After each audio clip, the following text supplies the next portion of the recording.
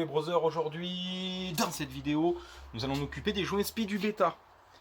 Vous avez vu dans la vidéo précédente, lien dans la description, au moteur neuf, obturation de la pompe à huile, etc. etc. Premier coup de kick, problème.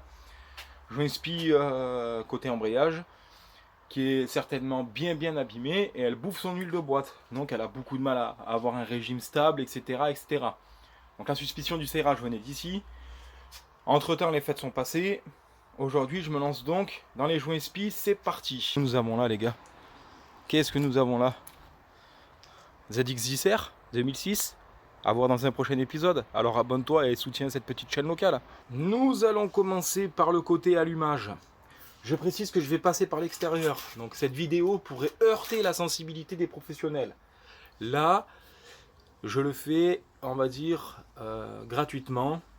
J'ai pas les pochettes de joints sous la main, j'ai pas tout ce qu'il faut pour le remonter, je le remonterai bien la pâte à joint, mais nous allons procéder par un démontage de joints SPI par l'extérieur. Normalement, en général, quand on fait les joints SPI de vélo, on en profite pour faire les roulements. Là, ce sera pas le cas, ce n'est pas grave. Donc là, il me faut retirer lui, donc le rotor externe, le stator à l'intérieur, et je vais avoir accès à mon premier joint SPI. Donc pour ce faire, je démonte ma bougie, je mets un bloc piston, je démonte ici. Ce que vous pouvez faire pour celle-là, avant tout, si vous avez une clé dynamométrique, c'est regarder à combien elle est serrée au couple, ou sinon vous fiez à la norme constructeur, parce que quand vous allez refermer, il ne faut pas non plus trop serrer. Donc là, ce qu'on va faire, c'est qu'on va prendre l'extracteur, on va sortir lui. Ça, c'est l'outil indispensable pour sortir vos rotors. Donc la caisse, elle se présente comme ça. Ça, c'est super outil. Là, nous sommes sur un pas de 17 et ici 18. Et il vous suffit de visser en butée. Alors ça, si vous pouvez les remplacer par des petites de 8, c'est encore mieux. Donc je vais vous faire un appoint lumineux. Si vous ne pouvez pas, faites attention de ne pas les foirer. Donc là, il nous faut faire bien attention à la clavette ici. Une clavette abîmée, c'est un allumage faussé. Si elle a du jeu, donc au remontage, ça va être important.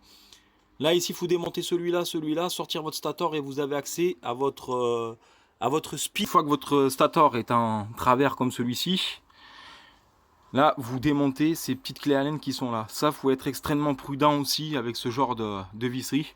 Ensuite, vous remettez bien les deux vis pour être sûr de ne pas vous replanter au remontage. Là, j'ai accès à mon SPI. Donc en fait, les lèvres ici, elles sont légèrement abîmées. Enfin, le bord du SPI est légèrement abîmé. Vous voyez en fait tout simplement qu'il y a un petit jour. Donc là, je vais me servir d'un petit tournevis plat. Je vais faire aigre doucement pour pouvoir le faire sortir tout simplement. Voilà, j'ai appliqué la méthode des deux vis. Alors quand vous percez le plus au bord pour tomber sur cette collerette ici. Pour pas tomber dans le roulement.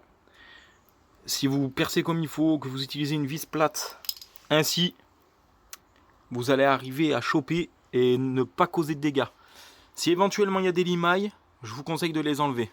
Sur cette opération-là, il est important de céder une douille et d'utiliser la bonne.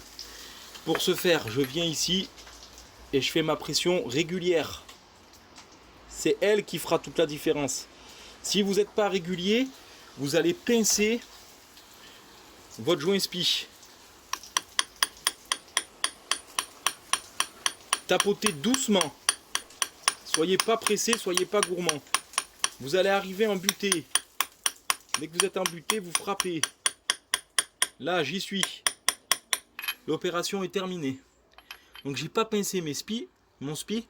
Et le SPI, lui, est bien plaqué. Ici, nous n'avons pas de déformation à l'axe. C'est super important.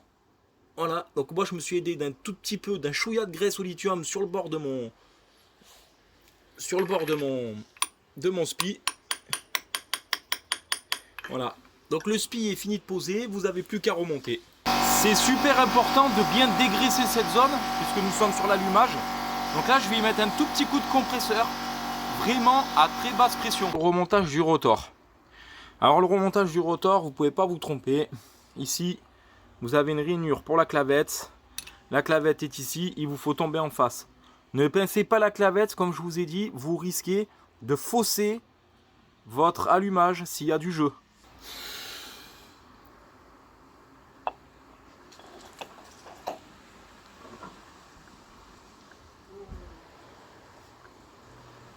Hop, moi je veux travailler la clavette vers le haut.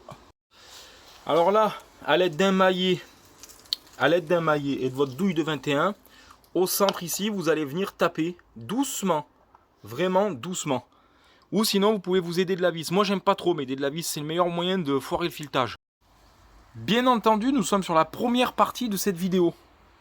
La deuxième sera faite demain, puisque côté embrayage, j'ai beaucoup plus de boulot. Et côté embrayage, nous ne sommes pas sur le même joint spi. Nous sommes sur un joint spi comme ça, qui est beaucoup plus gros, mais moins large, ici. Donc il ira côté embrayage et il y a beaucoup plus de boulot, parce qu'il vous faut retirer le plateau d'embrayage, etc., etc. Donc ça, on verra demain. Si cette vidéo t'a plu, n'hésite pas à liker, commenter et surtout t'abonner, parce qu'à partir de 2500 abonnés, j'ai l'intention de faire gagner une petite moto à un gamin qui n'a pas les moyens, dont ses parents n'ont pas les moyens de lui en payer une. C'est un projet qui me tient à cœur, ça faisait longtemps que je voulais faire ça.